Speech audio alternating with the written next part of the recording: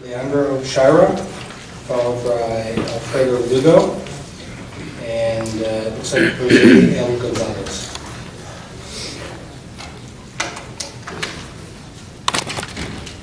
Does that work? We're good? Okay, good afternoon. My name is Leandro Chayda. My father was Arturo Chayda, the founder and original general contractor for the Mercado who built it. He was a returning veteran who came back and realized there was a need for a community, and this was close to 50 years ago. I myself am a returning disabled combat veteran who is now a stakeholder in the community and work with the Mercado.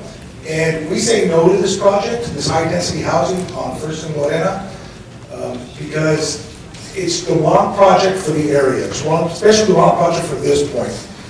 I now work for a federal agency who places people in the Community of Friends projects that have been building 4 and 5. And let me give you the top 5 reasons why my veterans want to go there. 1, no programming. 2, rampant drug use. 3, door-to-door prostitution that takes place on campus. Why 60 Minutes hasn't done an in-depth detailed report about this, I don't know. If that's how they handle business, we don't want it in this community, and I say no to this project. Okay, thank you. Alfredo Lugo.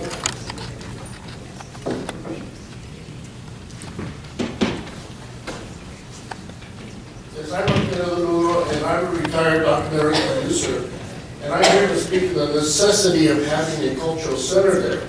As a documentary producer of the positive images of Mexican Americans, I have been saying, we as Latinos do not lack in pride, we lack in the promotion of the pride. And with a cultural center to be able to teach, to educate, and motivate our children to understand and learn their culture, that would help us to promote that pride. We need something to teach the kids, and I don't think that a building like this is going to teach the kids anything. We need to grab the kids while they're in the youth before, let's just say, gangs get a hold of them, so that we can teach them the culture and also to share different cultures at this community center. So I'm all for having a community center built there. Thank you. Jose Gonzalez, followed by Art Fierros, Edward Tamayo, Tony Rosado. Good afternoon, ladies and gentlemen. My name is Jose Luis Gonzalez. Back in 1969, I started an art studio called Go's Art Studio on First and Gage. Excuse me. And we developed the mural movement way back in 1969 for the benefit of our community, to beautify the community and to bring about a cultural awareness. But not only that, but to bring the artists to intermingle, learn from one another, and help develop the talented youth in the area. There is a great need for a cultural center in our community. Since I closed the place, there hasn't been any tourists coming around to see the murals in our community like they do so. And at one time, East L.A. developed so many murals that all of Los Angeles was called the mural capital of the world. And it was an amazing thing that took place. And all of that is kind of fading away because we don't have a cultural center in our community. And I feel there is a great need for it.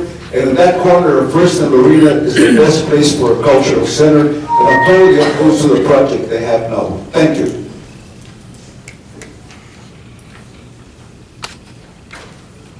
My name is Arturo Pierros, and I've been living in Boyle Heights since 1949. In 1900, Lorena didn't exist. And there was no such thing as East L.A., it was only Boyle Heights. But what does Boyle Heights have to show for itself? It has nothing. In fact, what we all have is all these monstrosity buildings that are being built, and that's not the whole demographic of Boyle Heights. We need a cultural center. We don't have anything to identify for our people. And what's happening, a lot of politicians are just going where the money's at. The nonprofits. The Boyle Heights Neighborhood Council is a mock organization, and it doesn't represent the best interests of the community. So I hope that you will understand that we do need a cultural center, and God, I mean, you know, when is this going to stop? Our neighborhood is being saturated with buildings. My God.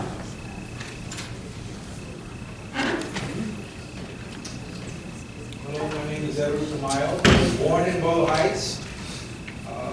My father was the first vendor to open his doors on April 5th, 1968, and we're the only original vendors.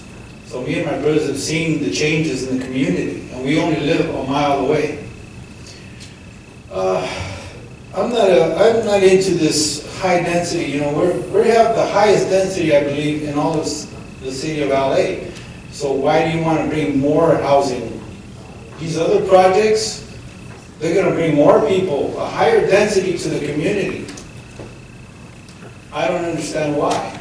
Why can't we have a family, single housing? I mean, who here wants to raise their children in an apartment where you don't have a backyard and your kids can jump the fence and go visit their children? And this name here, transit-oriented mixed-use affordable housing, well, that sounds like a hostel to me, but you guys are asking for permanent residence, and it's not conducive. Thank you. To Boyle Heights. Tony Rosado, followed by Nadine Diaz, Jesse Trevino, and Pamela Keith. Tony Rosado?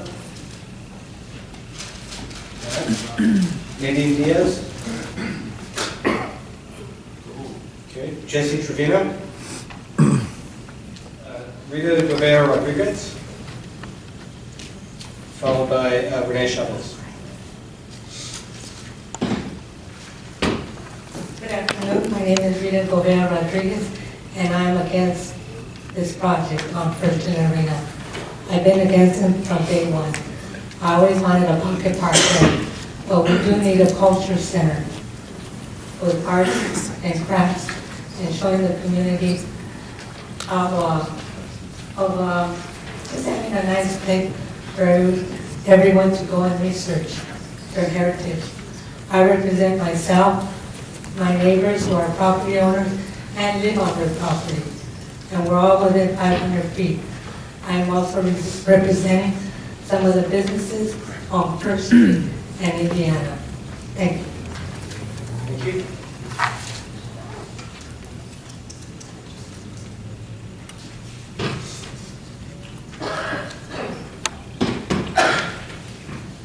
Good afternoon. My name is Renee Chavez, and I'm a stakeholder through home ownership and in the community of Boyle Heights. I'm one of the founding members of the Boyle Heights Neighborhood Council, which I should mention in its current form, due to its current representation, 4 of those people that are on the board actually are family members. It is impossible for the current neighborhood council to represent me and the rest of the community of Boyle Heights. With that in mind, I just wanted to let you know that I am actually against the extension of the ENA with the Committee of Friends, not because of the organization, but because on that corner on First and Lorena, development, any housing development in any shape or form is not appropriate. It is a commercial area. And truthfully, along the lines with, I'm very happy to hear that our Supervisor Solis is actually supporting cultural centers in the communities of LA County. I think that would be an ideal place for that, because it would actually provide transportation in and out of the community in a proper way, would not incarcerate people to live in that particular area, and not forever further impact on a negative basis the community of Boyle Heights, which our current line currently does. And with respect, I ask you to please rethink this. It's not appropriate. Thank you.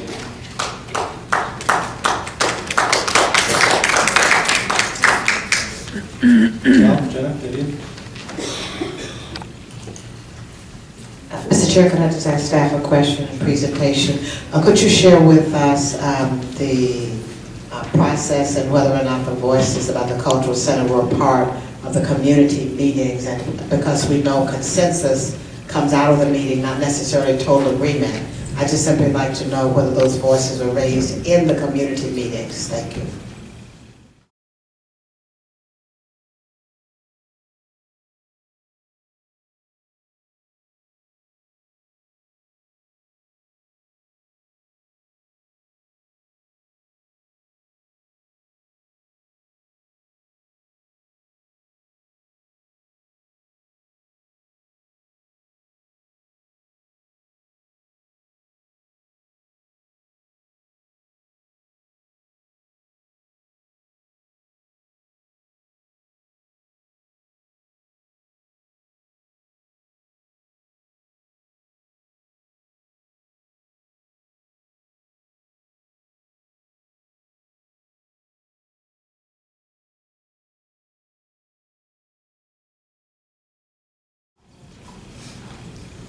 through the course of the meetings that we've held, the workshops, the outreach, the issue of having only exclusively a community center there was not raised. It is the first time we are hearing it today. That said, there is differences of opinion on this particular project. And when we first started our community outreach, and when we were here a year ago in December when they were getting the extension for a year, because this is to add another 6 months while they go through the entitlement process in Los Angeles. This project was going to be 48 units of special needs housing. And they came to the board, and there was already some discourse over that, and we said, let's go back to the community. And when we went back, the project changed, and the scope is basically what you see here, 24 units for disabled homeless veterans, and 24 units of affordable family housing. Because one of the strong messages that we continue to receive is that Boyle Heights, with its many families, needs family housing. So a project that did not incorporate that wasn't going to be reflective of that particular community. That said, there are many veterans in Boyle Heights, and now there is a homeless crisis with veterans, and so disabled, coming back from the war, that's why we have 24 units of disabled homeless housing. When we went to the Boyle Heights Neighborhood Council, it was, I would say, overwhelmingly and passionately approved at 15-1. There was tremendous support for this particular project. That said, we recognize that there's still work to be done in that it is immediately adjacent to El Mercado, a very important, iconic business institution in Boyle Heights, and that there needs to be an opportunity for the two groups to come to an agreement on some of the impacts that the project could possibly have. But in looking at the needs of this community, having affordable housing is important. We can look at the retail space, which hasn't been specifically designated for something specific. So we can look at what are the opportunities to bring local, community-based uses into that particular retail space. So I think there's an opportunity to address some of the cultural needs of the community in that retail space. But So, excuse me, so we just heard from some individuals that said that they have a keen interest in trying to create some center for cultural and artistic exposure, whatever that might be. So we're not ruling that out. There could be a potential use on the ground floor? Yeah. Yes. Okay. I would say yes. And I have here Dora Gallo from a Community of Friends, the developer. Yeah. And Dora, she could probably address some of the issues that the gentleman who first spoke discussed regarding the programming and concern about prostitution and drugs. Yeah, can you clarify that? If she could address that. Sure. So I'm Dora Gallo, I'm the CEO for Community of Friends. Our organization actually operates 39 supportive housing developments in LA and Orange County, housing over 2,000 individuals, including over 600 children. So we're very familiar with serving people who are disabled, who have been homeless, and who have disabilities. And we can do that most effectively with programming and services. We were started specifically to develop this type of housing. So we know very early on, more earlier than some of the affordable housing developers who are now involved in supportive housing, what it takes to help someone be stable in housing. Our services are pretty comprehensive, all the way through independent living skills, from cooking to cleaning to budgeting to even parenting classes, transportation access, medical needs, and we do what it takes to make sure that the services are wrapped around an individual and their family. As indicated, we do serve people with disabilities, and increasingly as we focus on people who are chronically homeless, we have a lot of different conditions happening in a building. It doesn't mean that we're not observant and we're not addressing the situation. Prostitution is something I've not heard about in any of our buildings. But we do have 2 buildings on the campus of the Veterans Administration in North Hills, and I believe that's what is being addressed. It's a big campus, 160 acres. We have 7 acres of the 160 acres. So maybe there's other activities happening, but in terms of our developments, We serve 147 veterans. We partner with New Direction for Veterans. We have a very strong services program there. We have 2 property managers there, one living in each building. So to the extent that there are maybe things that I'm not aware of, I certainly will talk to the gentleman and get more information. But we're pretty hands-on in our operations and our management and the service provision. And even though we have perhaps a third-party provider, we provide oversight and connections, and we're on site several times a month as well. I assume you work with the county of Los Angeles, correct? Yes. How long is that Very relationship been closely. ongoing? Very closely. And the VA, for that particular property, the VA administration as well. Right. So the concern about veterans, I mean, I'm fascinated that you were able to at least negotiate, and you were listening to the stakeholders and folks in the community about revising that number, which originally was much higher for a special need, and now you're including the veterans groups and veterans.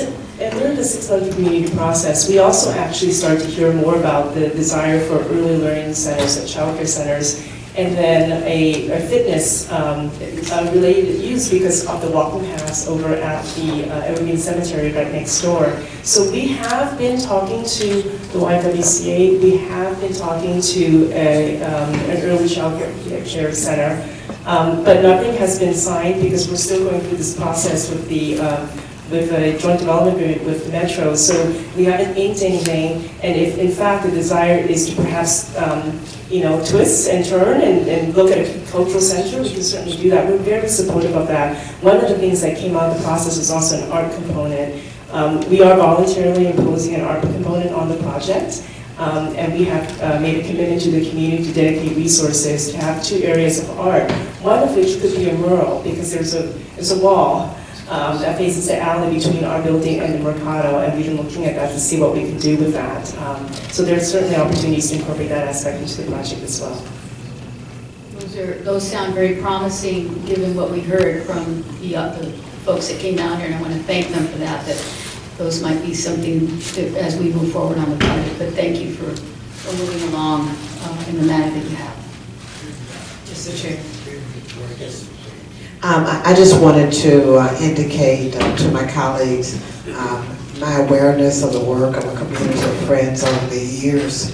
And I think Ms. Gallo is correct that long before supportive housing was actually supported with funds from housing developments or even permitted, there are agencies like a community of friends who went the extra mile. What I like today is that Ms. Gallo is offering not only to use the extension to work on entitlements, but to actually engage with those who came today who appear to have issues with services being provided.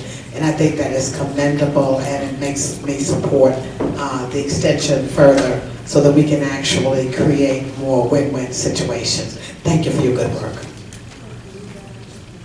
Item has been moved. Is there a second? Item has been moved and seconded. That item is approved.